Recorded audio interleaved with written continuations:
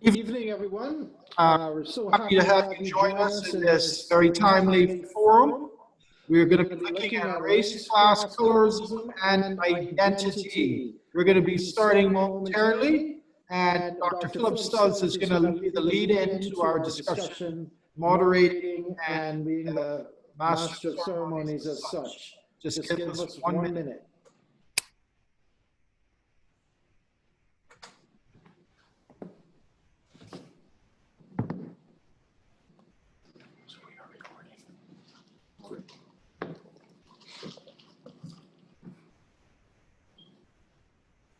It's 6 o'clock. It's 6 p.m. on Wednesday, July the 15th. This is a public forum on race, class, colorism, and identity. This forum is a partnership between the University of the Bahamas and St. Michael's Methodist Church, and it's a public forum that seeks to participate in the global conversation on race and class, colorism, and identity. We have on our forum faculty members from the School of Social Sciences, Dr. Christopher Curry. Welcome, Dr. Curry. It certainly is my pleasure. Dr. Niambi, Paul Campbell Dean. Welcome, Dr. Dean. Thank you for having me. In addition to being a faculty member in the School of Social Sciences, Dr. Dean is the chair of the National Reparations Committee here in the Bahamas. And we have as a fourth person on the panel, Mr. Marlon Miller, university graduate from the University of the Bahamas and a member of the Reparations Committee. Mr. Miller, welcome. Thank you. The pleasure is all mine. Of course, as members of this panel, we're here to resource the conversation focused on race and racism, colorism, and identity. We are concerned with being about sharing perspectives, sharing historic facts, sharing truths, so that in this public forum, persons might be empowered as members of the community, certainly here in the Commonwealth of the Bahamas. We are mindful that we are linked internationally, and we are appreciative of the presence of international persons who are engaged in this forum, along with Bahamians and residents in the Bahamas. And so our goal in this public forum, our second, in 6 weeks, is to provide facts and information and perspectives so that as members of the human family, we might be empowered and live with wholeness as individuals, as civil societies, as members in various groups and various organizations. And so that's our end, empowerment that leads to wholeness or equality. And so our forum is race, racism, colorism, and identity. Certainly, the global conversation has been fueled by the sad occasion of the death of George Floyd on May 25th in Minneapolis, Minnesota, when for just under 9 minutes, George Floyd, an African-American in complete public view, was a person who lost his life as an Anglo police officer's knee was on his neck, and the world heard those last words from him, "I can't breathe." And that incident on May 25th brought to another level, because it was filmed, the whole conversation of race and racism, colorism, identity, and all of the attendant concerns that go along with that. We hasten to add that sadly, While Mr. Floyd's tragic death provided fuel for this global conversation, it's a conversation that millions have had and continue to have over millennia. And it's a conversation that reflects the routine variables in life for the billion-strong global human family. And so when we speak about race and racism, colorism, and identity, we're not talking about an abstraction for elitists to consider in an academic way, but we're talking about issues of power, quality of life, of harmony, of fulfillment, that persons at every level in every society experience and are affected by. And so we are thankful that faculty from the School of Social Sciences, Dr. Christopher Curry, Dr. Niambi, Dean, and our reparations member of the National Reparations Committee, Mr. Marlon Miller. We are here. I am an adjunct lecturer in social sciences and minister of St. Michael's Methodist Church. So what happens with religion and what happens with ethics are prevailing concerns of mine in this whole conversation. I'm going to ask Dr. Curry, if you would, provide a historic structure for us as a point of reference. How did we get to this place? What is the understanding of race and racism? And what are some of the historic key points that we would want to have as points of reference? All right, thank you. Let me just say that as an opening statement, I want us to appreciate that race is both real and imagined. It's real, as we vividly saw on our television sets, how George Floyd was lynched, a public murder, a spectacle in that he had such a cavalier attitude in putting his own knee on this man's neck.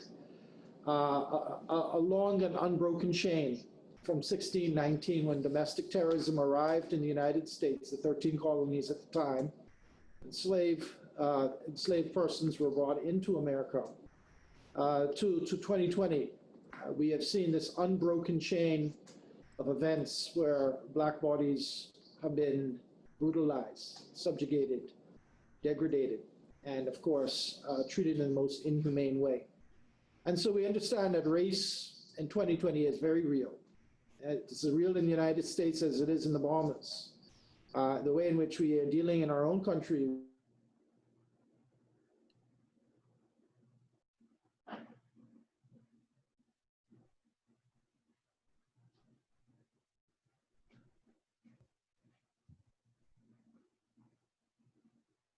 and the way in which they are wholesalely arrested and provoked by law enforcement, and how the law itself is a weapon.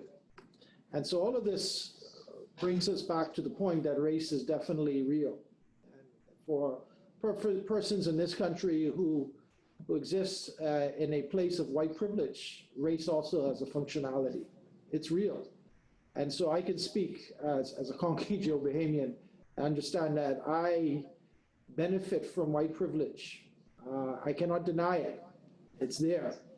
And I also understand that that means something in the Bahamas. That's why there are times when I might be referred to as a white boy, despite the fact that I'm close to 50 in age. All of these things speak to experiences of race on different sides of the multifarious idea of race. But it's also imagined. Let's not forget that while race is real, it's also imagined. It's imagined because it was created superficially, artificially, by Europeans at the point of contact with Africa in the 15th century. It was created as a means to subjugate, to enslave, to take Africans out of their homeland and engage in a most horrific and unprecedented kind of Holocaust, what we call the transatlantic slave trade. And we understand that scholars have noted time and time again that the transatlantic slave trade, while having an economic underpinning, was driven by a racial ideology that was orchestrated and created by Europeans in order to justify and legitimize the enslavement of human beings. They had to dehumanize them. They had to craft a language and literature of oppression. They had to create this othering, the marginalizing of people by labeling them as being uncivilized, by calling them barbaric, by saying in descriptive ways the very way in which they did not even have a soul. In the Anglophone Caribbean particularly, they went to the point of defining them by legal terms as chattel, meaning they were essentially property.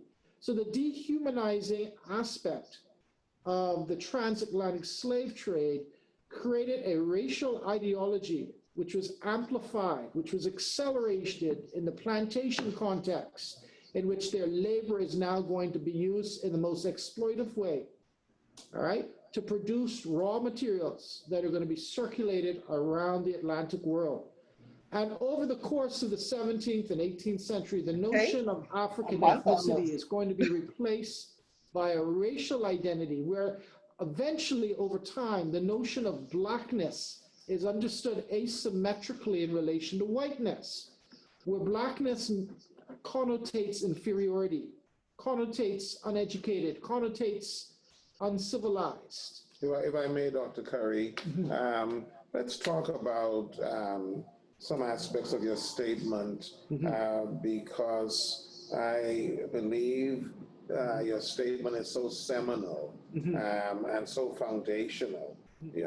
400 years ago, we have Europeans engaging the African continent and Africans, and enslavement occurs. And you mentioned that a part of racism is imagined. Yeah.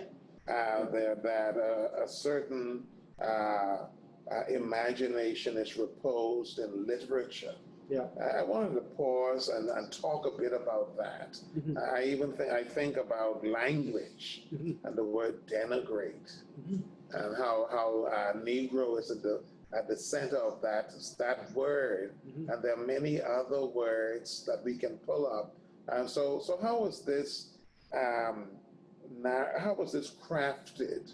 How was this reality that is imagined? How was this crafted by Europeans? I think this is such a foundational point, and I know we'll get into it with Dr. Dean in terms of the psychological impact. But in terms of the history of it, what was the narrative that was put forward? Well, the narrative was that nothing good could come out of Africa. They dehumanized Africans by, first of all, and the pun is intentional here, whitewashing their own history and giving the appearance that Africans had nothing to say for themselves or anything good. Scholars are now recently showing and demonstrating quite clear that African civilizations did not come into the transatlantic slave trade as inferiors. They actually came in, if anything, as superiors, or at least civilizations so advanced that in many ways they dwarfed what was going on in Europe. But the European is going to focus on the nature of Africans and highlight their difference. And from difference, they're going to create a racial ideology that wipes away the uniqueness of their various civilizations. So they're no longer Yoruba, they're no longer Igbo, they're no longer Fulani or Madinka. They become African, and then from African, they become black. And the notion of blackness has a very negative connotation as we move through the 17th and 18th century, so that everything black is asymmetrically thought of in a negative way. And we see that even in the language and discourse that emerges over what blackness means versus what whiteness means. So this othering, the contrast, so that anything black is negative. Precisely. And this binary way of thinking that has flowed through the 4 centuries, and that which is white is superior and good. Exactly. And that would have to do with language and precisely and the casting of reality through language. And Stokely Carmichael reminds us of that because he talks in the Black Power moment in the 1960s about the use of words and the vocabulary. So if you look up words associated with blackness, like blackballed, blacklisted, black sheep, even black magic, everything with blackness is negative. And then if you turn and flip the pages in the dictionary, you saw the movie Malcolm X, directed by Spike Lee. It's the same scenario. You have whiteness, holy, pure, perfect, untainted. So here we have a whole lexicon associated with language related to race. And it speaks not just to the way in which race is imagined, but it also speaks about an ontological tradition based in Europe in which they're trying to create a power structure and an economic system with slavery that is going to lead to the absolute systematic denigrating of a people. Yes. And so language as symbols, when language is understood to be symbol and the power of symbols, language conveys a reality. Absolutely. And the language that we're talking about, the narrative we're talking about, the function of language, that which is black is inferior. Right. There's the dehumanization. That which is black is subhuman. Right. And that which is black is, that which is white is superior. Right. And the closer, the height of that superiority one gets is even to the divine. Right. Yes. And so it's interesting, it brings us back full circle, because as we start talking about these categorizations of race that emerge, we then see how race goes from the imagined to the real. Because for people that deal with systems of oppression, they're not imagining race, they're feeling race. They're experiencing race. They're seeing it through the lens of the whole world that has been created through this ideology. And they see it through the lens of the failure of the justice system, the failure of our legal system to provide opportunities, and the law becomes a weapon. They see it through the massive incarceration of black and brown and persons of color in the United States and in the Bahamas. Let's not think for a moment that this isn't happening here. So when race is imagined, and it was indeed a social construct, it also is absolutely real and tangible. People feel it every day. For sure, for sure. And when applied to religion, we have a God who is white, and the blackness of hell. And the further one gets away from the hues that are light, the further one gets away from the preferred life. Absolutely. Well, so what we begin with is this understanding that drawn from European sources, we have this lie made real, that which is black is inferior and subhuman. And ontologically, in terms of its very nature, cannot arrive at a human level. And that which is white racially is that which is human and is preferred. And out of that, we would say, from the 17th century and over the last 4 centuries, we have the structure philosophically for an unhealthy, oppressive approach to race and to race relations. Now, we've seen some attempts to redress that, and I know we're going to be taking quite a turn here. And a word that's been used to attend to this redress is the word reparations. And something happened today that is a concrete expression of that. And as we continue to talk about race and racism and colorism and identity and the reality that it affects all members of the human family, what is that blurb that came that's really more than a blurb from today's news? Well, I think we should let Marlon Miller maybe talk about that, as he is a member of the Reparations Committee. Good afternoon. Well, it's more or less breaking news, but a city in North Carolina has agreed to provide reparations to African Americans, which gives credence to the idea that reparations is not a pie in the sky type of thing that we hope for, but we will never get. And I've been involved with reparations committee for the past 3 years or so. And what I realize is that in order for people to get an appreciation as to what reparations is, it's best to tell them what reparations is not first. Yes. And I will borrow from something I hear Dr. Curry always says, and that is reparations is not glorified begging. Reparations is not the sense where former enslaved individuals are now going to their masters and say, "Master, please help us. We're in dire straits. Bail us out," so to speak. That is not what reparations is. The other big misconception I come across a lot is that reparations is just a check. It's the perception that once you get paid, if you get paid, that is, it's over. And you could go home and you could sing Kumbaya and we're all okay. However, that is not the case. And I feel to give a true representation of what reparations is, I'll just lay down the criteria that the UN has given out for what reparations is. So the first criteria they have is assurances and guarantees of non-repetition. So that criteria would deal with the fact that you need to assure the individuals that were done harm to that history will not repeat itself.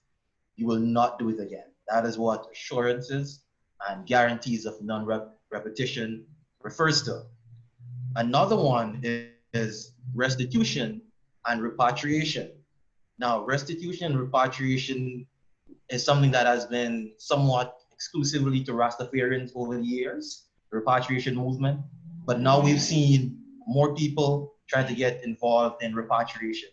And repatriation speaks to the fact that when Africans came to the Western Hemisphere, they came not of their own will, but by force.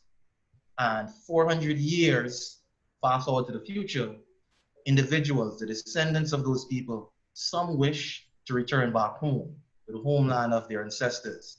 However, we're living in a world now where you have to take 2 or 3 aircrafts to make it to Africa. And more likely than not, you have to go through the jurisdictions of the former slave masters, and you require things like visa, airplane, and all those things. However, we believe that in order for true reparations to take place, the individuals who committed the act in bringing you here should be responsible for returning you if you so wish. And that is how repatriation and restitution comes in play. The other criteria is satisfaction. And satisfaction is very, very simple, but we've seen over the years that it's really, really hard for people to do. And satisfaction is to say, I am sorry.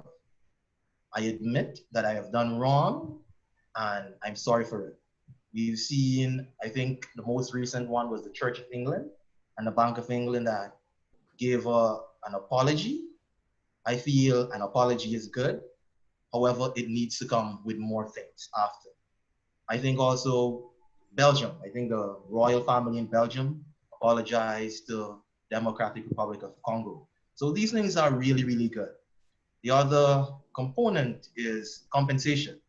Yes, compensation is very, very necessary because without compensation, reparations will not take place. But like we've seen, it's only one of the many things necessary to make reparations happen. Compensation in the form of land, money. There's been discussion of debt forgiveness and so on and so forth. But whatever happens, some form of compensations need to be made. And finally, there's rehabilitation. And I think this is where it strikes at the heart as to see how reparations is important to the Bahamas currently. During slavery, Black people were dehumanized and were meant to feel less than. And the psychological trauma inflicted upon us is still present in our daily lives. We can see them, and scholars have talked about them.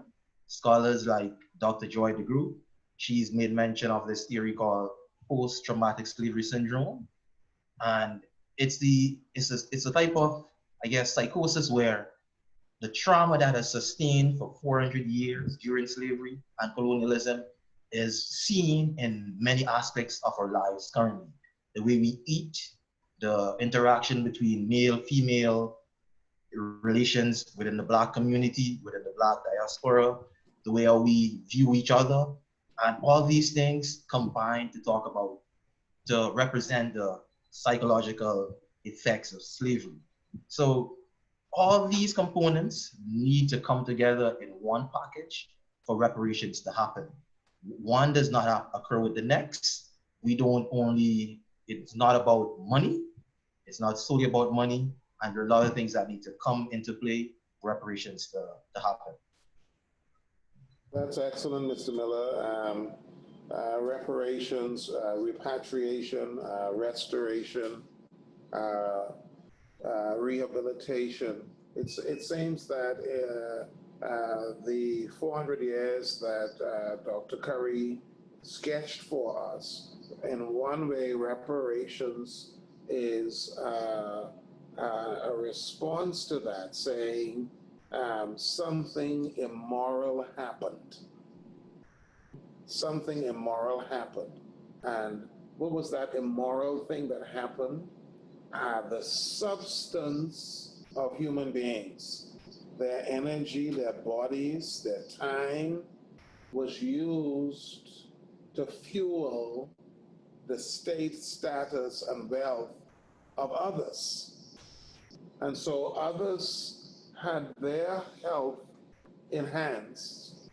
And if we understand that it was immoral, we need to now have a moral response so that we could move forward in a healthier way as a global human family.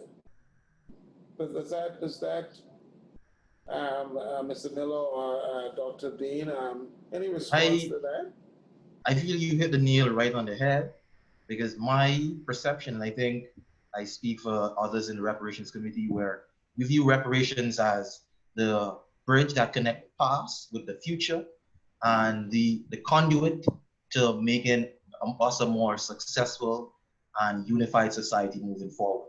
You cannot reconcile the past without the present, without giving reparations. And we need that as a way of building stronger societies moving forward, collectively, within the race and outside of the race. Yes.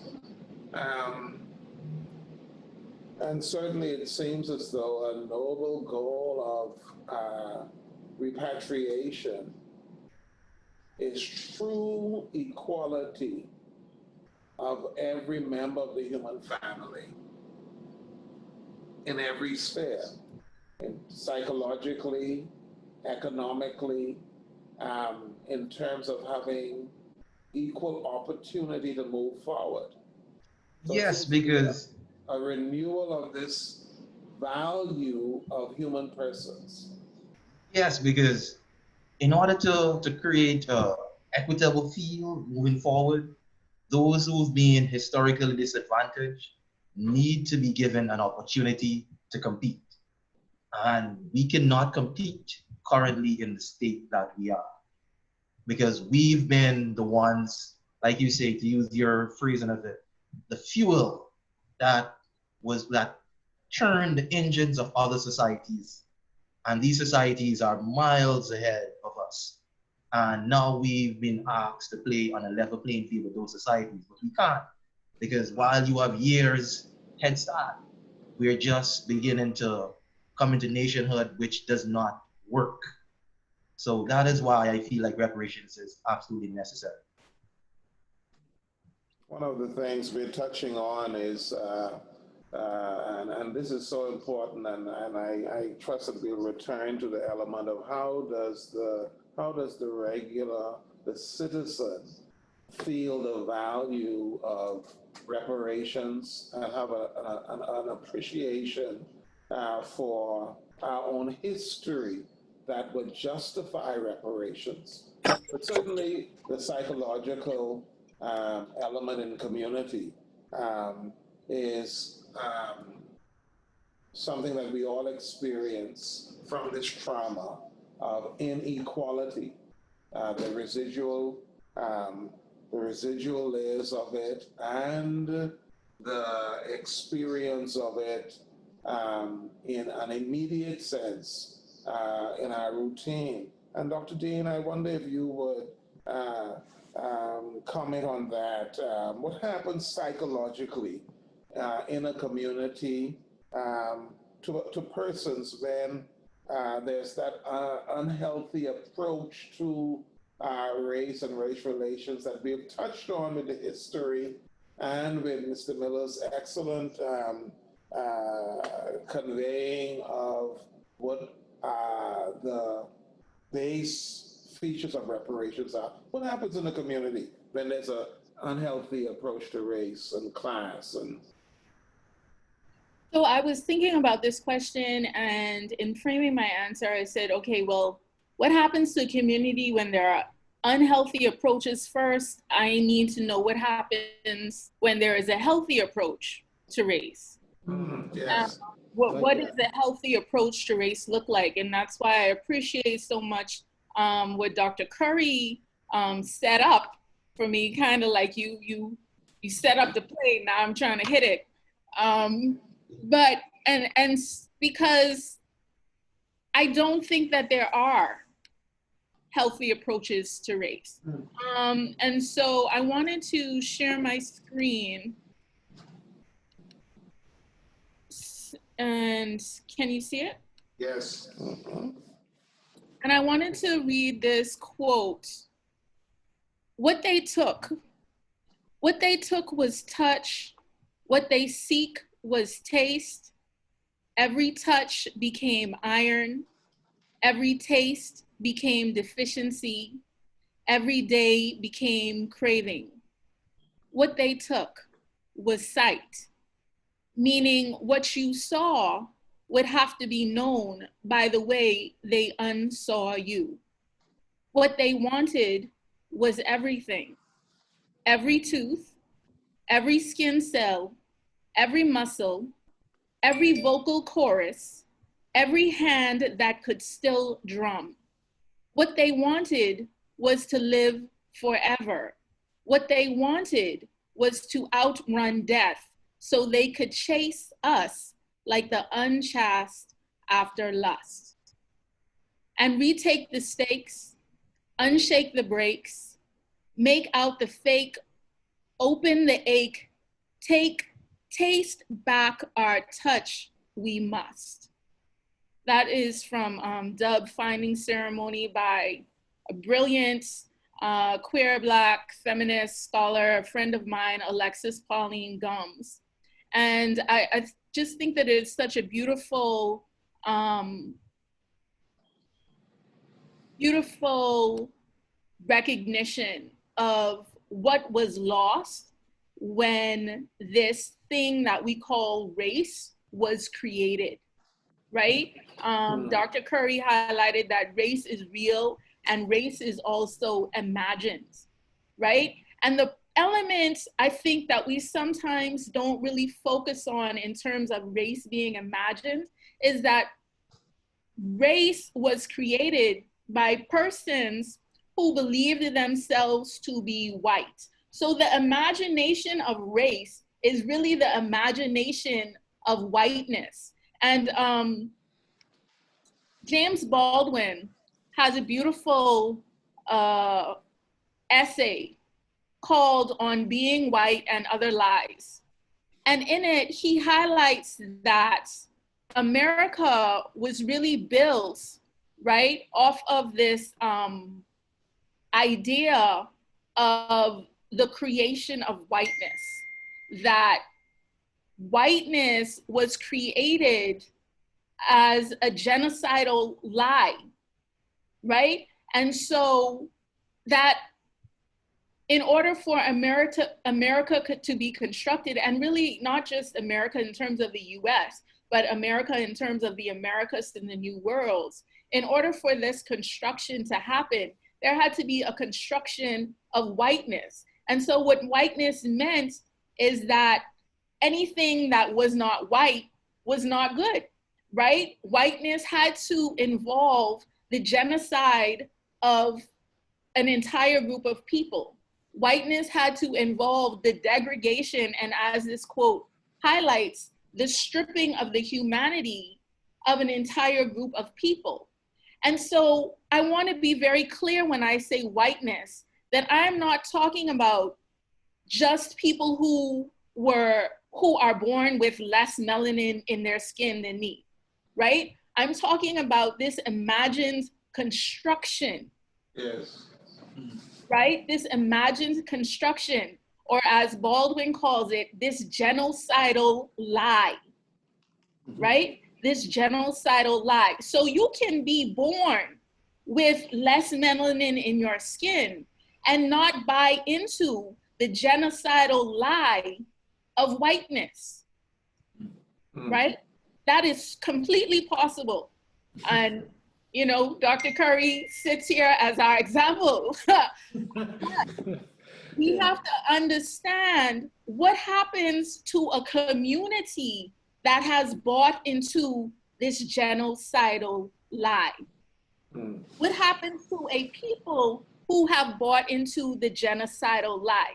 And I want us to also be clear that the genocidal lie of race really lies in the whiteness, not necessarily in the blackness. Because also, as Dr. Curry stated, we came here as Fulani, as Igbo, as Yoruba, as Mandinko, and all of those cultural heritages were they tried to strip them from us, right, as best they could. But what happened is what wasn't stripped was merged into blackness. And blackness then created Junkanoo, right? Blackness created sheep tongue souse. Blackness created athletes and artists and chefs and scientists and thinkers that we have to understand when we're talking about a healthy approach to race. There may be a healthy approach to blackness because we see those healthy approaches to blackness, right? We see what happens when a people whose humanity was denied, what they did with that, right? I am a manifestation of that. And I thank my ancestors for that every day. But there are also negative elements of that denial of our humanity. But what I think we tend to do within our society is place the blame, or place, not necessarily the blame, but place the shame of believing the genocidal lie of whiteness on Black people. Right? We place the shame of believing the lie on Black people. And what does that look like? We said that we were going to talk about colorism, right? And so placing the shame of the genocidal lie on Black people looks like shaming the woman and the man who bleach their skin. Why do we shame them? They have learned, as was supposed to have been taught, that the more white you have, or the closer you can approximate to whiteness, right? Remember, we're talking about whiteness as an imagined construct. The closer you can approximate yourself to this whiteness, the more you will be economically satisfied, the more attractive you will be found, the more love you will receive, the more status in society you will obtain, right? All of these good things you will get as you become closer to whiteness. But we shame them and say, well, why would you do that? That's so stupid. Look how you burning up your skin, right? And if we notice it, usually it is persons of a particular class that place this shame on persons usually that are of a lower economic class status. And what we know is that race, as a lie, was born out of a need to uphold class, right? So then it becomes like this very evil mess, just a mess, right? So I think what we have to recognize when we talk about what our unhealthy approaches to race and class, we have to really kind of pause and say, well, what is a healthy approach to race? And note that there can be no healthy approach to whiteness, because whiteness is a genocidal lie. And until we are willing as a community, until we are willing as a people, until we are willing as individuals to recognize this lie and debunk it, then we will see no advancement. We will see no healthy approaches. Well, Dr. Dean, I concur with your perspective. When one moves to a place of appreciating that this genocidal lie of whiteness is something that needs to be confronted, there's a conflict that is apparent in my way of thinking.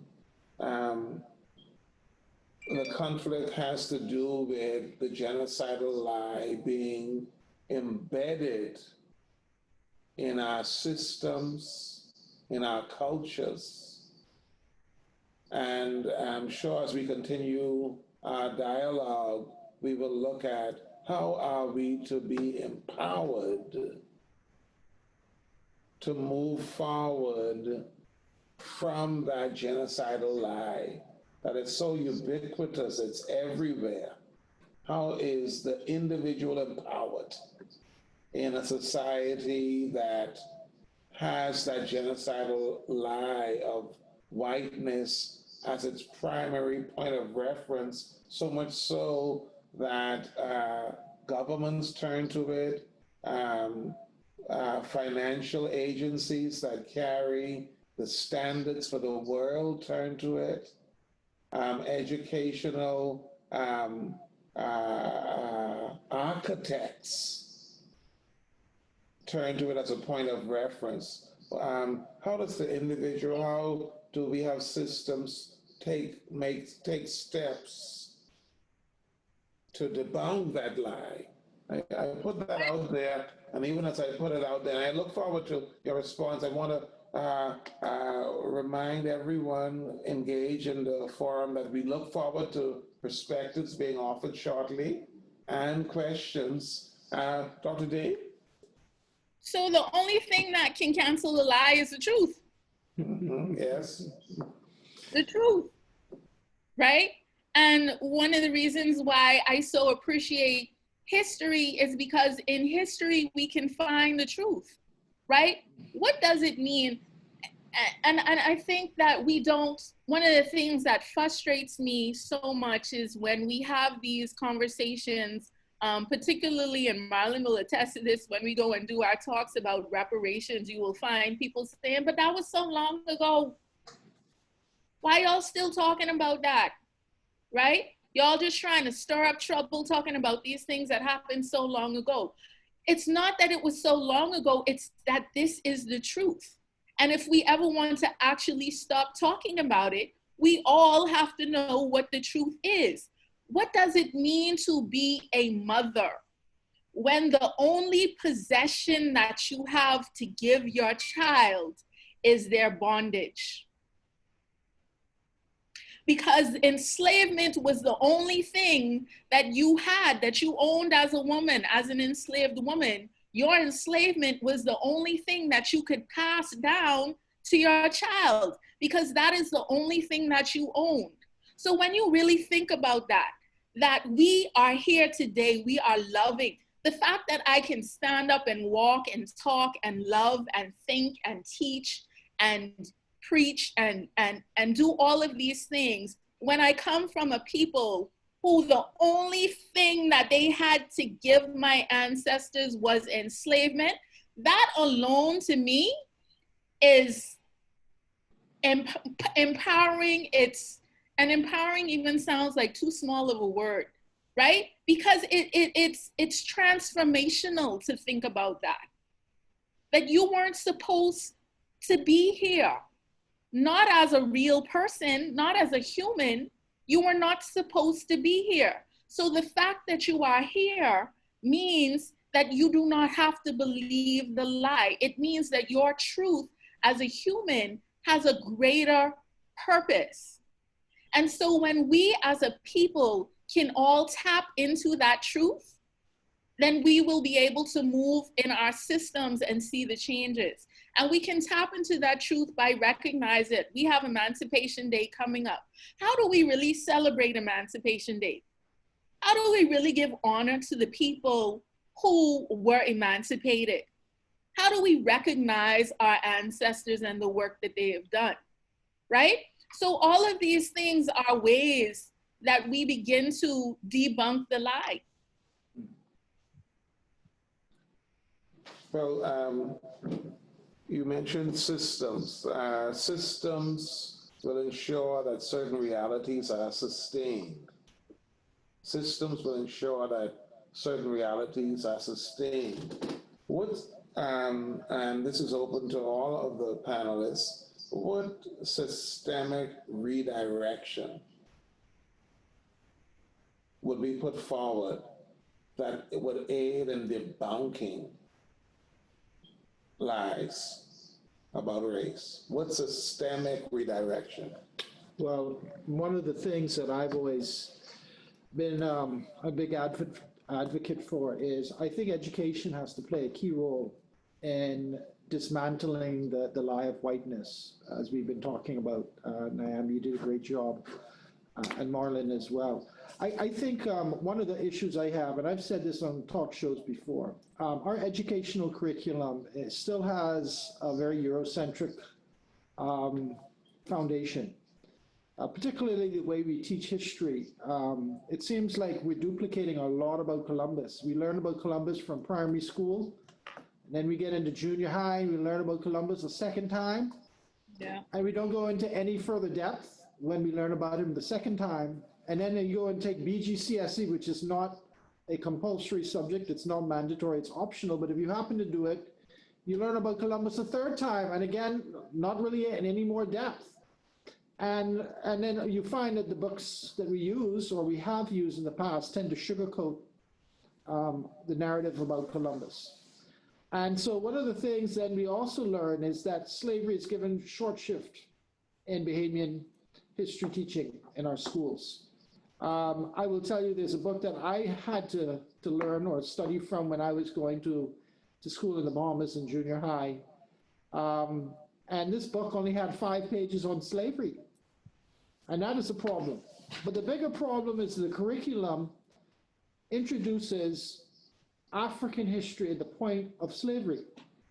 Why is it that the first time that you learn about your ancestors as enslaved persons, you know, so we lose the opportunity to teach about the greatness of African societies, which is something that should be embedded in our curriculum, because the problem with the lie of whiteness is it gives the impression that everything that is white is superior and everything that is black is inferior. But if we learn about African kingdoms, going back to the Kushites, going back to Axum, going back to ancient Somali, going back to Ethiopia and the Coptic religion, the Coptic church, going back to looking at Carthage, then turning forward and looking at the Kingdom of Benin, or looking at Songhai or Mali or Ghana, you know, we would then reverse the trend and move away from the brainwashing that tells us about people's identity in the negative. And what we start to build is a strong sense of who we are. And this unlearning of the lie, the emancipating of our minds, has to begin, I feel, with systems of education that promote values in one's worth, right? Because the self-hate is part of that lie you were talking about, Niambi. Yeah. And the real problem with the hate is you have the self-hate of the individual who's bleaching or doing things that ascribe to European esoteric and aesthetic values of beauty. But then you have the hate from the person who's saying, because you're doing that, you're wrong. And so you have hate being perpetuated or compounded by different groups. You have the self-hate from the individual. I would just, sorry, don't want to interrupt you, Chris, but I think that's part of one of the things that I would push back against in terms of when we look at persons who bleach and say that it's self-hate, right? Is it really self-hate? Is it self-hate to try and do what you need to do to get to what it is that you aspire to get to, right? I don't think that hate is really a hate of self. I would question that, right? Because you see people across the spectrum doing cosmetic changes, and right, if we have people who ascribe to whiteness getting their lips bigger and getting their bums bigger, but we don't address that, right, as a self-hatred. But then when it comes to Black people and they make cosmetic adjustments, and this is not to say that I agree with bleaching, I absolutely don't, right? But the way that we view it, I think, needs to be flipped in the same way that we need to flip some of the other ways that we view these issues of race in the country. Well, what I was trying to get at is that you have the person who's internalizing the hate that comes from the whiteness, right? From the lie of whiteness. So they're internalizing that in a negative way that leads them to that behavior. But what I was saying is you also have the combined element of persons who are hating those persons. That is what you were saying. And that to me is the problem, because the problem is both of those scenarios are compounding the bigger problem. In fact, we miss the bigger problem when we focus on the individual who's bleaching or the person who's hating the individual who's bleaching. What we're missing is the whole ontological system, the oppressive system that leads people to think of themselves and each other in the negative light. And what we need to do is create a system of empowerment, and I was speaking specifically about education, that gets people to see the similarities or commonalities amongst themselves and the richness of their ancestry and their heritage, as opposed to denigrating and devaluing themselves. So I think if we got to that point where people saw the value in their past and their history, they wouldn't get to the point where they would want to do those things anyways. Well, I think something immoral happened 400 years ago that produced lie and attendant systems that still frame this part of the world and somewhat offer globally, that is seen in the positing of this whiteness, this genocidal lie. And we started to talk about redirection of the systems by way of education. Are there any other other systemic changes that we would put forward so that certainly there's power in the truth, as Dr. Dane said, and we absolutely need to say the truth. And this public forum is about empowerment through sharing the truth, through sharing the facts. Are there other systemic changes that we could put forward in addition to education? I know I resonated with what you said, Dr. Curry, because I spent all of my foundational years in education in the Bahamas, and the message I got through my history classes was this: slavery was not really bad in the Bahamas. That's the message I got. You know? And really what I got secondarily was, maybe it wasn't so bad elsewhere. That's the message I got. That's the message I got. But in terms of systems, how do we move with our analysis, which I believe is correct, of this lie, and share the truth in ways that strategically affect systems? I think Marlon had some of the points from the Caracom 10-point reparation plan that speak to some of those systems. Well, it's a 10-point plan, and the points are as follow: a full formal apology, repatriation, indigenous peoples development program, cultural institutions, public healthcare crisis. You need to address that. Education literacy, African knowledge program, psychological rehabilitation, technology transfer, and debt cancellation. Now, these are the 10 points collectively that the Caribbean Reparations Commission will plan to take to the former colonizers and enslavers as a means of correcting the wrongs that were done. And in it, we see that there's a package for economics, so far as debt cancellation, because during colonialism and after slavery, colonial governments racked up debt. Some debts were unimaginable, some were more than others, but once colonialism left and now you are now into nationhood, that debt did not disappear. The debt was in place, and the individuals who were enslaved or were colonized now are responsible for a debt that they had no business accumulating in the first place. So those are the things that Caracom Reparations Committee is advocating to create systematic change. You have a technology transfer. In the region, we are behind insofar as technology. Like, you have countries now who are talking about installing 5G and these different type of technology, and we're nowhere near to that. We cannot harness these technologies. We're not on the cutting edge of creating them. So we need assistance to make it to where everybody else is. Another thing that I think is important is that local governments in the region could also help to assist the citizenry in gaining reparations. And I feel that one of those ways that could happen is through the democratization of ownership of land.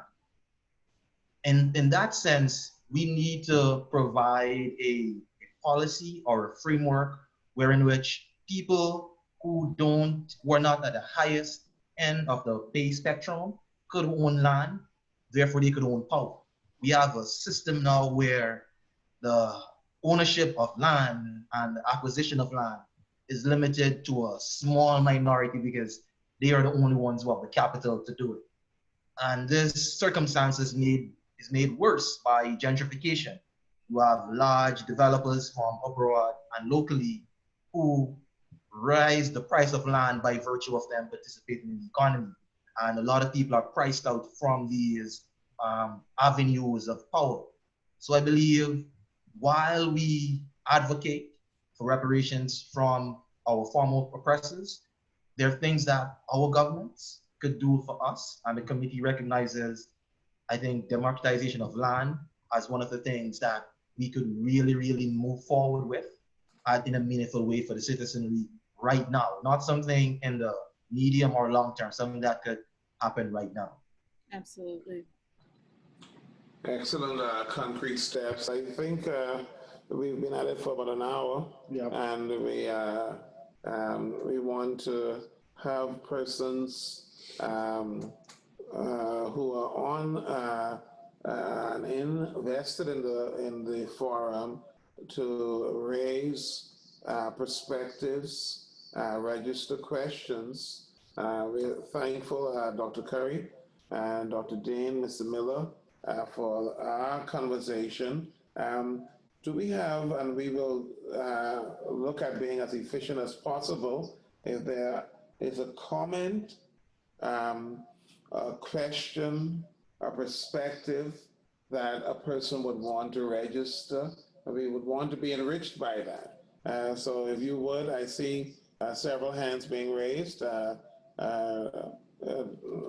Curry, do you see those hands? Yeah, I do. Okay. There's also a couple of comments in the chat group, but perhaps we'll go to the hands first. I see Shanalee Store. If you can make a comment, you can unmic now. Shanalee Store. Good evening, everyone.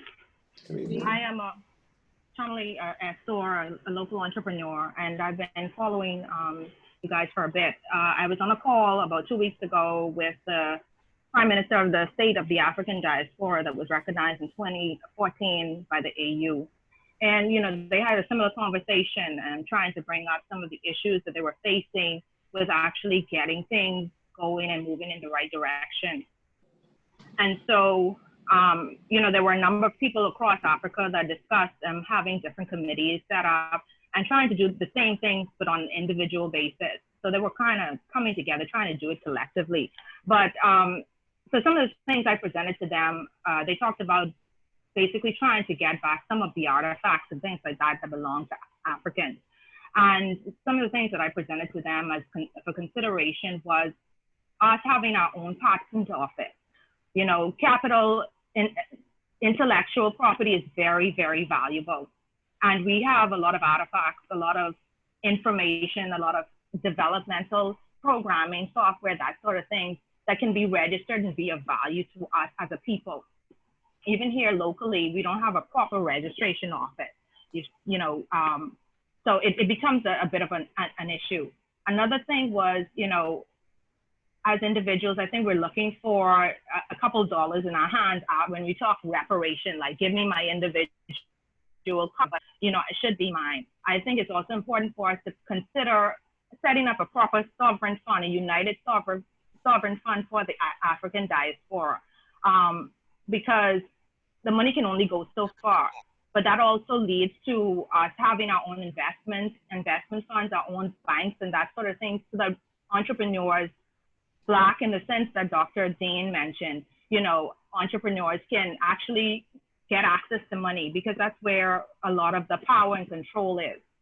So those were just a few of the things that I mentioned to them. Thirdly, going back to your question about having some kind of way to kind of transform the impact that has already happened during the time of slavery.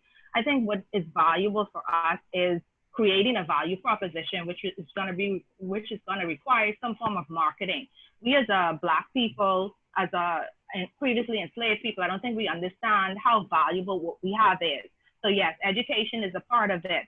Cultural integrity, and also game theory, understanding that it doesn't have to be win-lose. The other man, the enslaver, the colonizer doesn't have to lose for us to win, because what we focus on is what's going to control us. And if that is our only priority, to get even and to get revenge, that's going to consume us and really minimize our impact. So thank you very much for the time to share.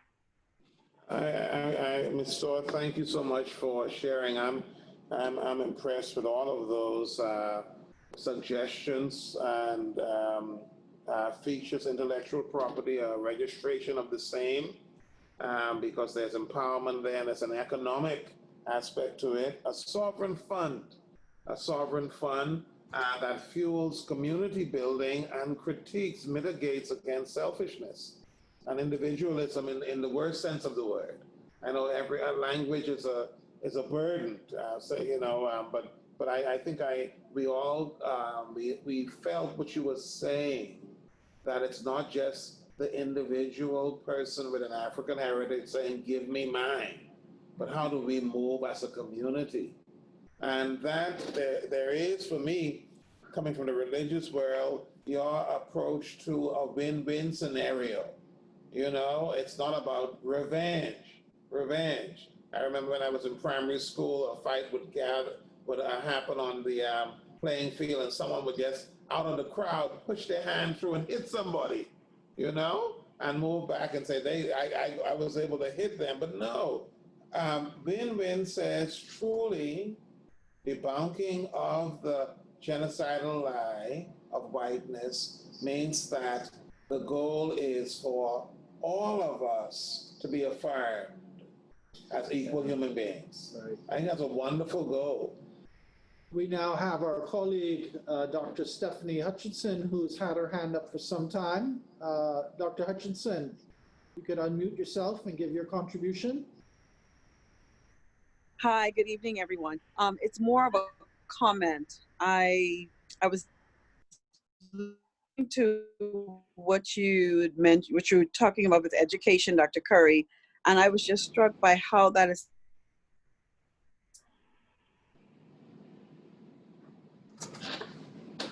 Did we lose her? She's frozen.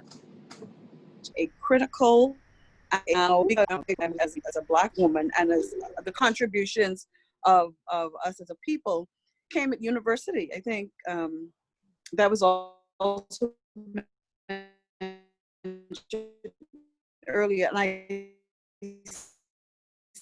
say that struck me because of how I was educated in my early life. I didn't know.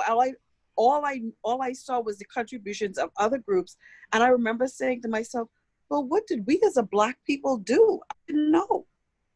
And that education, that exposure, that knowledge, that growth in that area came at university level. So that dismantling and reconstruction, that's a now issue for me. And how does one, in terms of education in the Bahamas, I wrestle with the reality that the Ministry of Education is responsible for education. The political directorate is involved. Does one work in a system to create the change, or does one come and through some work alongside or out of the system? Because the reality is the largest portion of the budget in our country is still given it still funds the Ministry of Education. How does one affect change in that system? So I think that, well, my dissertation, I'm a psychologist, but my dissertation was actually in the area of education and culturally relevant pedagogy. How do we create that?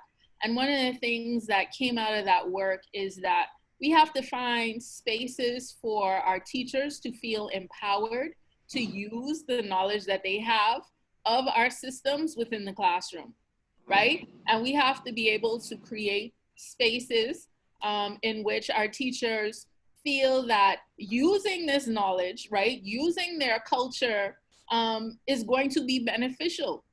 So it's one thing for us to say, we have to do it through education, but we have, I think, as you are mentioning, look at education as the system of education and come back to the question of what do we really want to educate our people to be? What are we educating our children for, right? And if we are hooked into this genocidal lie, and the thing about the genocidal lie is that it's very deeply connected to capitalism. So, and that was the reason why it's continued for so long, because it makes people money. And so if we're educating our students to be consumers within a capitalistic system, then it's going to remain the same, right? And so we have to kind of get to the root. Right, it's a great point. And I'm looking at some of the comments that are being made in the chat group, including an educator himself, Ishmael Smith. And one of the things that he mentions, and I think I'll just read his comment rather than me trying to restate it verbatim.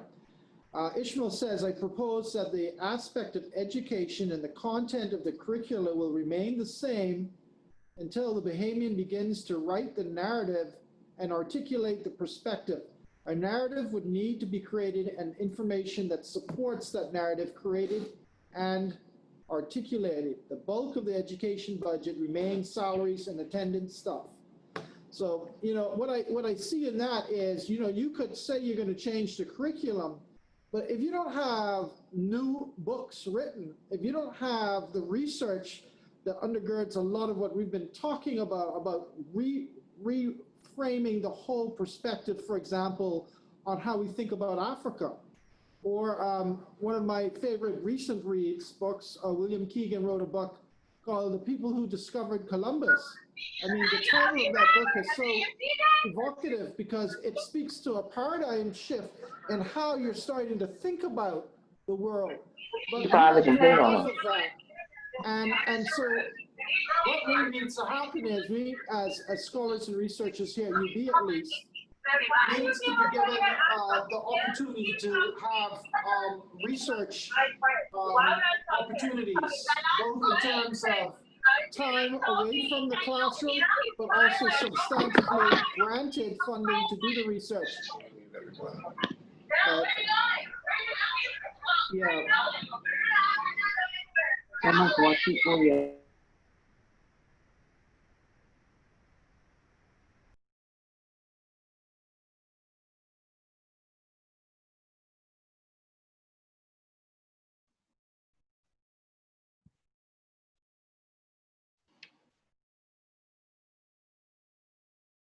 Can you unmute, Chris? Hello? Hello? Chris, you're muted. I don't think he's aware.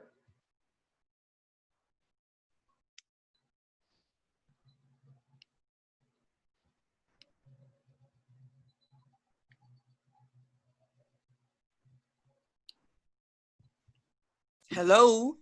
Go right Can ahead. you hear me? Thank you very much. This is Tracy Thompson. Hello to my colleagues and former colleagues in the School of Social Sciences. Let me just congratulate the moderator and the panelists on a fantastic discussion. Let me jump in and speak to the question of education. I appreciate Dr. Curry's comments and Dr. Hutchison and the person who was in the chat column. And I agree definitely with the need to re-engineer our curriculum. I have some good news on that front.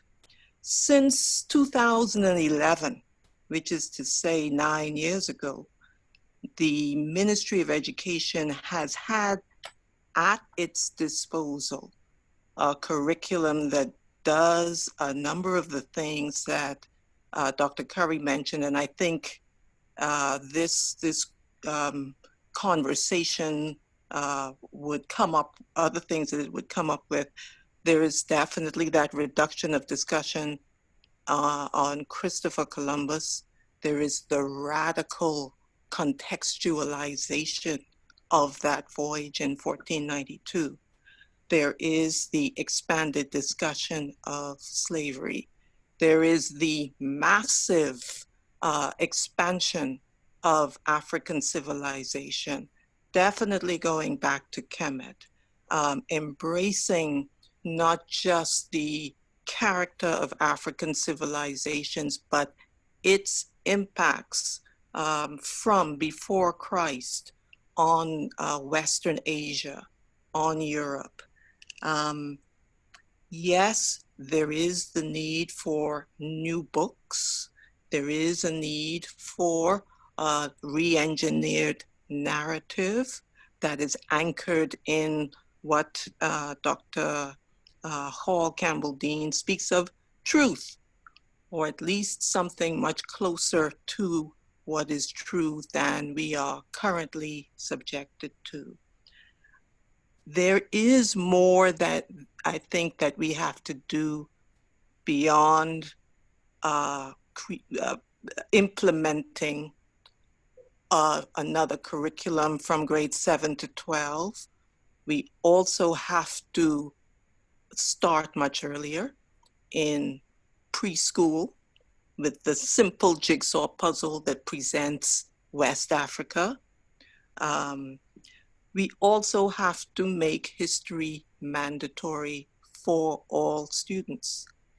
Otherwise, we create a population of young people, some of whom are oriented in terms of understanding their place in the world, and others who may lose their bearing, in fact, start out adrift because they haven't had the necessary intellectual exposure.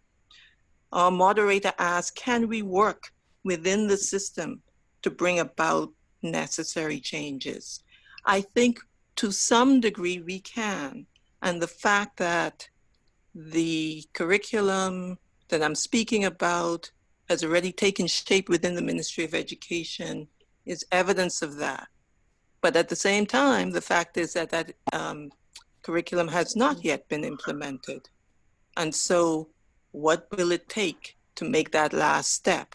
Are there structural barriers to the realization of our aspiration to see that curriculum in the hands of educational professionals and being brought to life in the classroom. What are those barriers, and are they so powerful that indeed we have to move outside the system? I don't have an answer, but I can say progress is being made.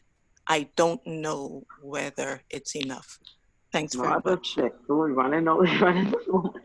I would like to add. Sorry.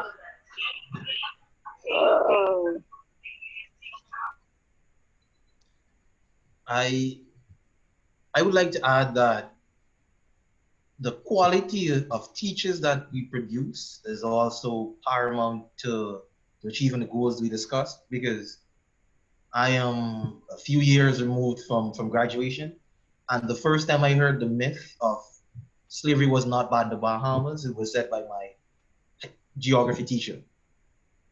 So there are people in the education system who perpetuate certain narratives that we don't want to be perpetuated, and they're in the systems for X amount of years, and they're being given not to follow their own, but a platform to perpetuate the misinformation that they might have.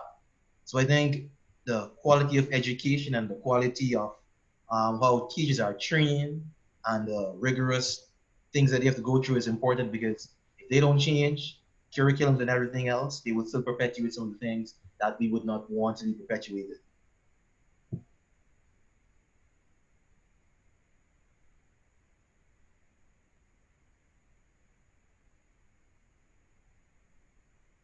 Chris, you're muted. We can't hear you. An insightful question coming from Ishmael, actually going back a little earlier, speaking about whiteness. And I want to share it with everyone. I'm just scrolling back a little bit. It says, does this allow someone to have pride or find affirmation from their European extraction? Are all white to be colored negatively? Does this view allow for pride in European ancestry? So the question, I guess, is, can a white person celebrate their whiteness without buying into James Baldwin's argument about the white lie? And I think what we have to understand here is, I think Niambi said it earlier, you can be white but not ontologically white, meaning you're white but you're not thinking from a Eurocentric paradigm. You're white and you're thinking about what it means to exist in a world of white privilege. You're white, but you're also conscious of the value of understanding the experiences of others, particularly those of color, and how their experiences has been different from yours, and understanding the consciousness that comes from those people in the diaspora, the African diaspora, and that long lingering legacy of slavery and colonialism that is still impacting their lives today.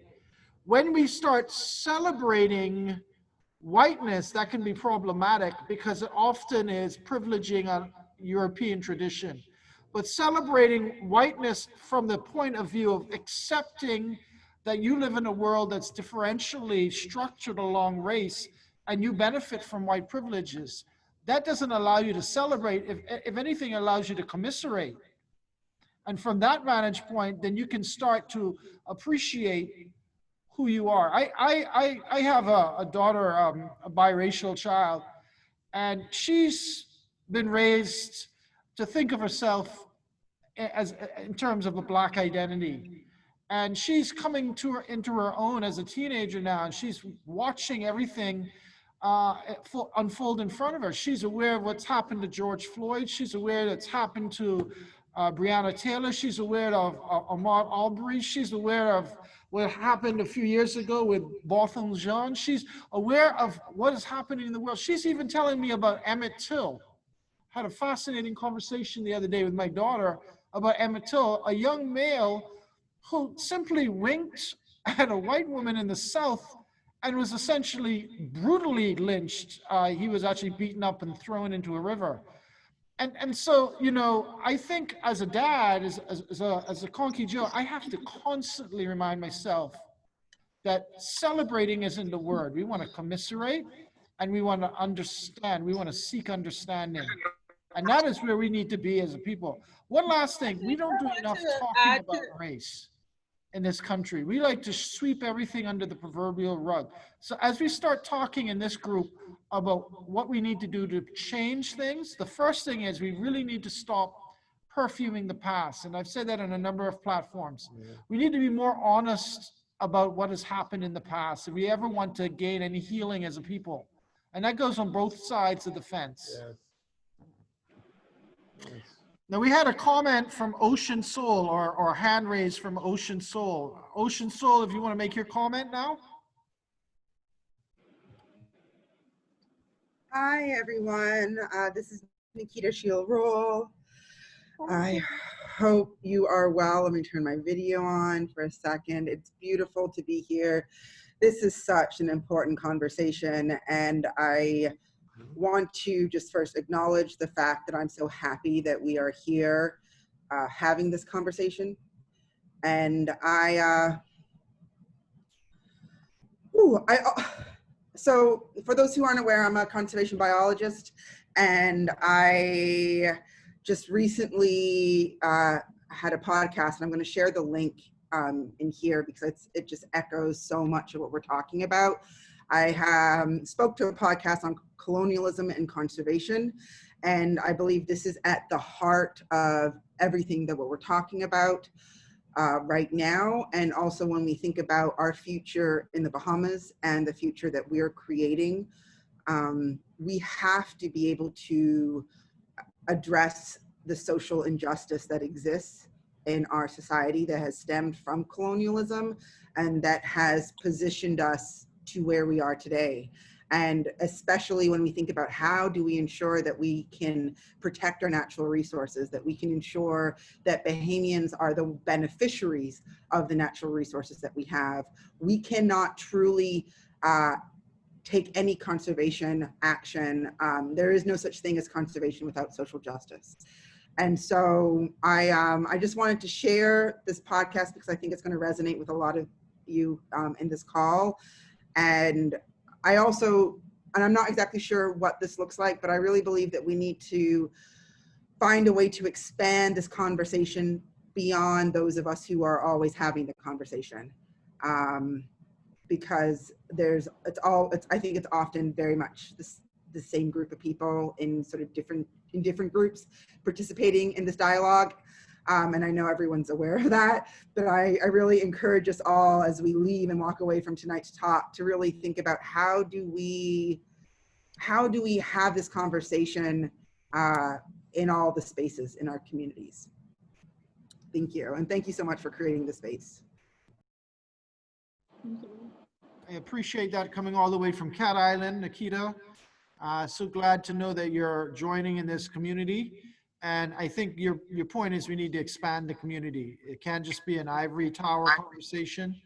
We need to find ways to disseminate this. And we're encouraged by what you're saying. Know that we have a third of these planned around the Emancipation Day holiday, and we'll find a way to make this more of a national conversation. Any other comments or questions?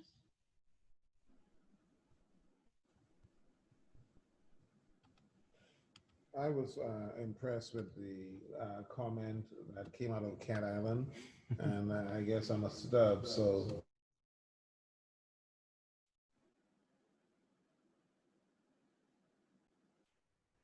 You're muted again.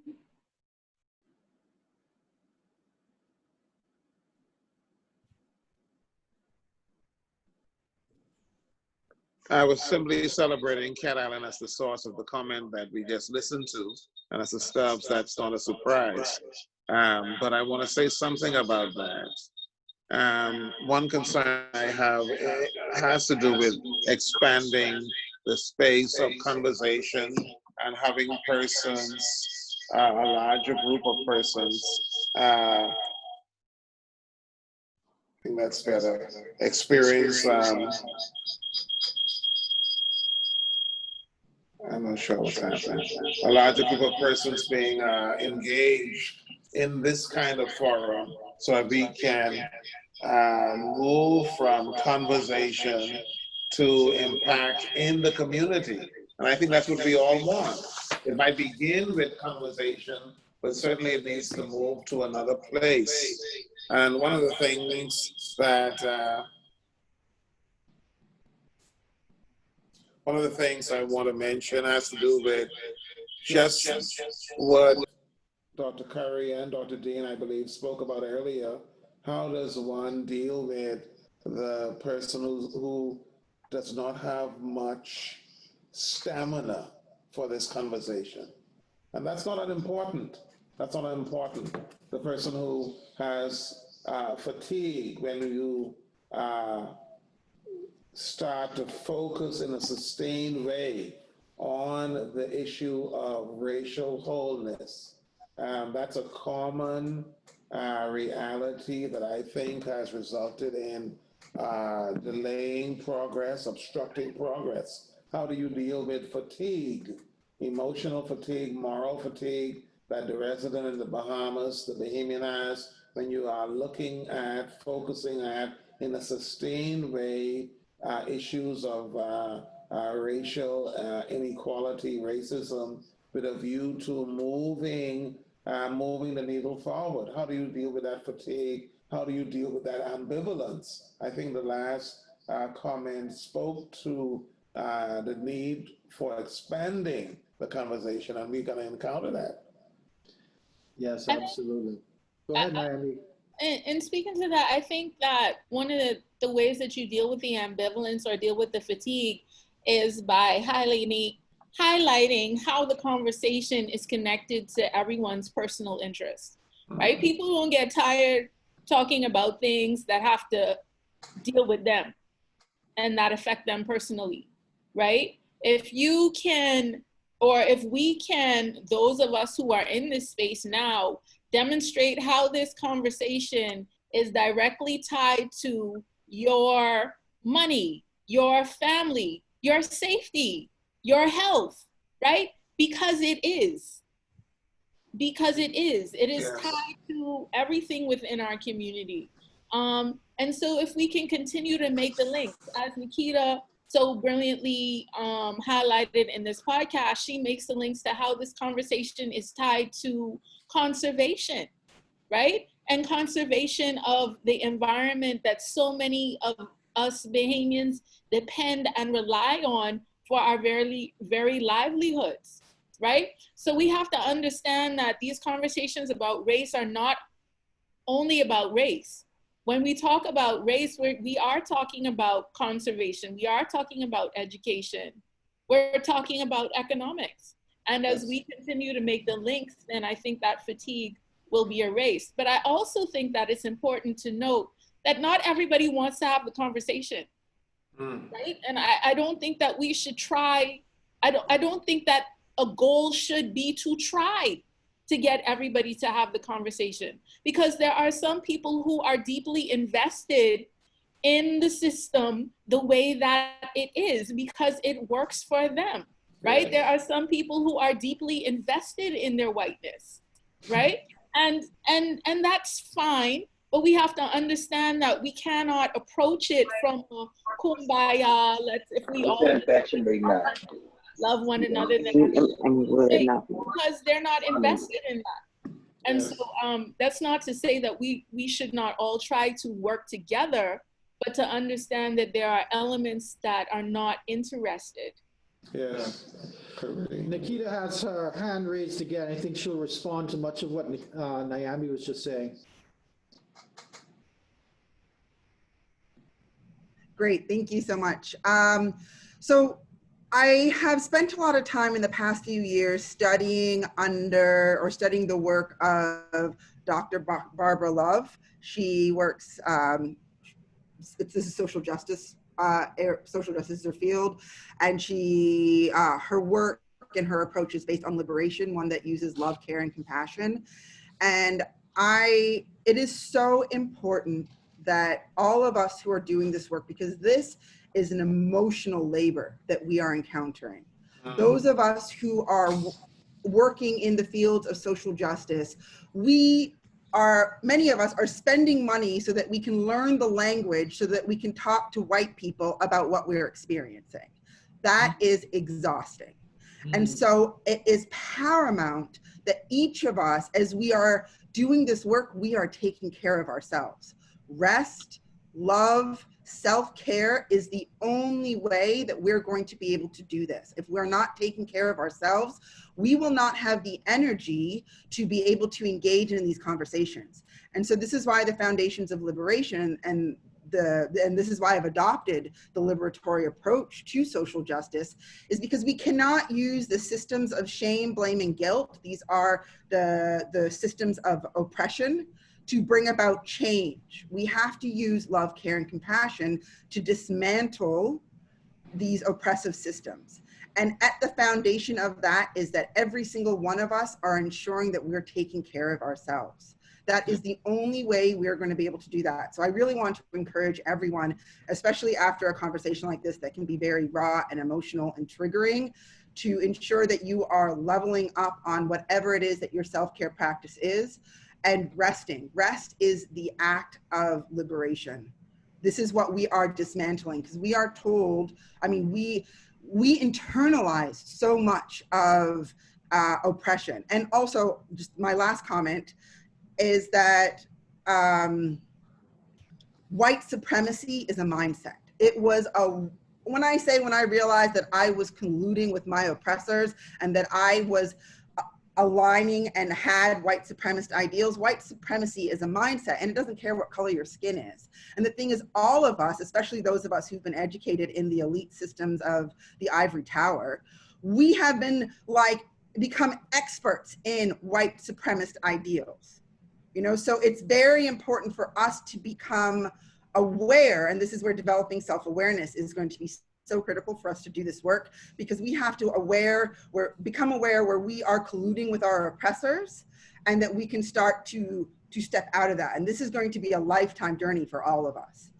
So just please make sure that you are loving yourself. If you can, go to the ocean, because Mama Ocean heals all of us. All right, thank you for the time to talk. Thanks. Really appreciate that. That was wonderfully put. Niambi, you wanted to say something? No, I was just saying thanks to Nikita for sharing. Yeah, that was powerful. Yeah. I'll get that too. I'll go to the morning. Any other thoughts or considerations from anyone in the room, in this Zoom room? Nicolette. Greetings. Thank you so much for this, this really, transformative discussion. I wanted to say one of the things that I pay attention to with regard to reformulating or the beginning of finding humanity is to look at the use of space, to think about what has been called spatial justice, but to see how the control of space and what we think we deserve and what we think we should have, because one of the things that you find is that even if you change the paradigms and change the way you're thinking and change ideas, being trapped or being formed, we are formed by the physical spaces that we inhabit. So there's been an interesting discussion going on privately. For me, one of the things that I find really telling about how we have continued to perpetuate the oppression of the past is in the buildings that we create. And some of those buildings, since we've been talking about education, would be schools. And to look at the schools, everything is organized in squares. We sit in cubes. The cubes are organized in a particular way. And this is not accidental. This was set up in such a way to create people to work in factories in Europe, and also to create people to be good colonial subjects in the colonies. And we have to think about breaking, physically remaking, I don't want to say breaking down, but I do think we should really consider reforming and remaking all of our spaces, including our public spaces, because one of the other things that struck me as I traveled for university or whatever was, why did I feel so much freer in a public space? And it's because a public space is designed for human beings, but the spaces that we inhabit in these formerly colonized, formerly enslaved areas were not designed for human beings. They were designed to dehumanize. And we replicate that again and again and again. And we even incorporate that into the way in which we think about what architecture should look like. And I think that we need to have a conversation about how do we rebuild our spaces. Yeah, that's quite profound, and I appreciate that. I know that you've done a lot of work even thinking about our own campus and the use of space on campus. Space and race is fascinating. I have recently spoken, and I don't necessarily want to go off on this tangent, but I've recently spoken about how we have the statue of Columbus positioned in front of another colonial edifice, Government House, which is always in relation to the people that lived over the hill. I mean, you can't understand over the hill unless you understand what's on top of the hill. And that space is symbolic, but it's also real. I mean, and the way you have it positioned in relation to the communities of color that are disadvantaged over the hill is disturbing. But I mean, I think you're talking about something a little deeper than that too, because you're talking about pedagogy, you're talking about space, you're talking about square rooms versus open spaces. I read your chat comment earlier, Nicolette. Really appreciate it. Nicolette, you wanted to respond. Yes, thanks. I just wanted to say about the buildings. I wanted to talk a bit about that. I think that one of the things that, because I'm not necessarily talking about breaking down historical buildings per se, because one of the things that we will erase, because we were not bequeathed our ancestors' stories through words, through writing, through literature, because we were unable to be bequeathed that. But we have been bequeathed our ancestors' stories through the things that they made. Those houses may have been designed and lived in by the people who had the power, but they were built by the people who were treated like machines. And in that very building and in that technology that was used, we find our history, we find ourselves as well. So I think it's really a question of having the discussion, understanding how space works, rethinking how we will redesign, but not necessarily just tearing down, because just tearing down is a process of losing things as well. I agree, and that's why I believe in that national conversation. Can I add to that? I am also a member of the Endeavor Project, which is it started off as a after-school program for over the hill youth. And one of the things that we try to do in the program is just expose our students to their spaces, right? And so we would take them to areas all over New Providence, and as small as we think New Providence is, for some people, it is really just Nassau, right? Because they hadn't gone to, they had never been to Adelaide, right?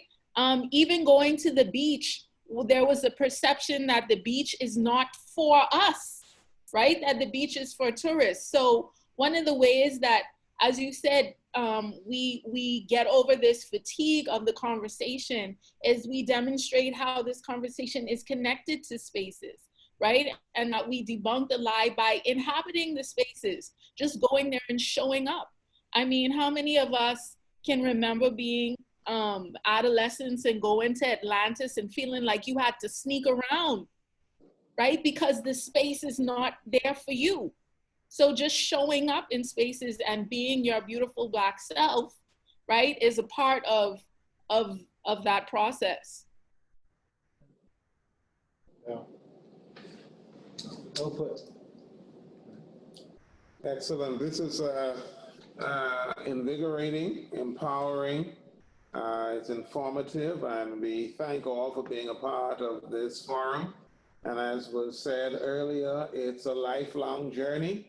It is to be a journey that is a labor of love, and that includes being a labor with the features of a burden. And so self-care is so important. As we continue this journey, we've taken some important steps in this second conversation, and we look forward to taking even more steps. I think in different ways, each of us and all of us, we've been pointing by way of our participation, whether we spoke or not, to the need for sustained conversation that results in empowerment, that affects systems, that affects change in real ways. And so we hope for that, we work for that, and we look forward to our conversation in August. Dr. Dean, Dr. Curry, Mr. Miller, we're thankful for you resourcing this process along with everyone, let's say in the circle, not the square, everyone in the, everyone in the circle. We're thankful for each person resourcing us, and we look forward to taking more steps, so that empowerment happens.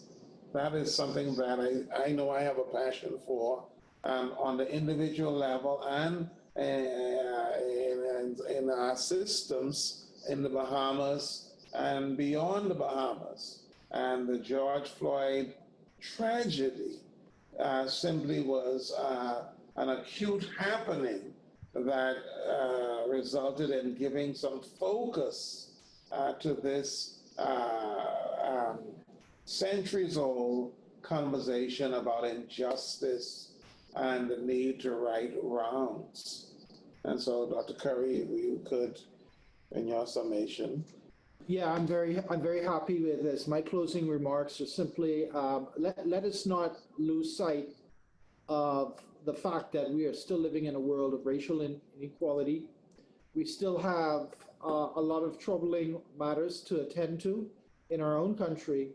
A lot of people have said recently, oh, we're just borrowing off of what has happened in the United States. Well, even if that was the case, we don't want to take this moment lightly. We want to use this as an opportunity to amplify some of the issues that have always been burning under a cloak and dagger, but now have been exposed in a sense.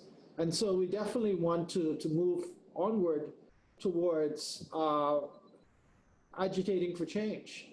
And while some of it may be painful, I think the long result of our discussions and these forums will be that we'll be in a better place to address the inequalities in our own country. And I hope that we look at some of the ways that we have institutionalized inequalities through the law, through our systems of governance. We haven't even talked about family islands and the marginalization that occurs there, but that's for another conversation. There's economic issues in our country as well. We have profound wealth inequality, and that is really troubling. You know, and that is something that I hope that we get to talk about as well. So I'm very happy with the conversation, and I hope we keep it live and real, and I hope that all of you come back and join us again for the next installment of this. Thanks a lot.